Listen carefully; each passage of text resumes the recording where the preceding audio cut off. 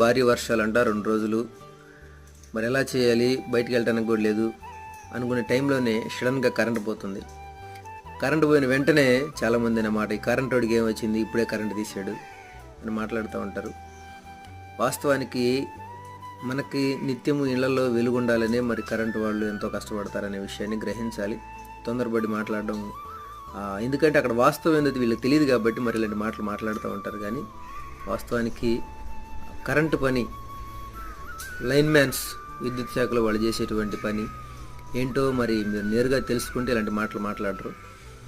వర్షాలు పడినప్పుడు చెట్టు కొమ్మలు ఇరిగిపోయి ఆ లైన్ల పైన పడి, మరి అదేవిధంగా ఫీటర్లు డ్రిప్ అయిపోయి వర్షానికి, వాటర్కి ఇన్సులేటర్స్, డిస్కులు ఫ్లాష్ ఓవర్ అయ్యి కరెంటు పోతూ ఉంటుంది.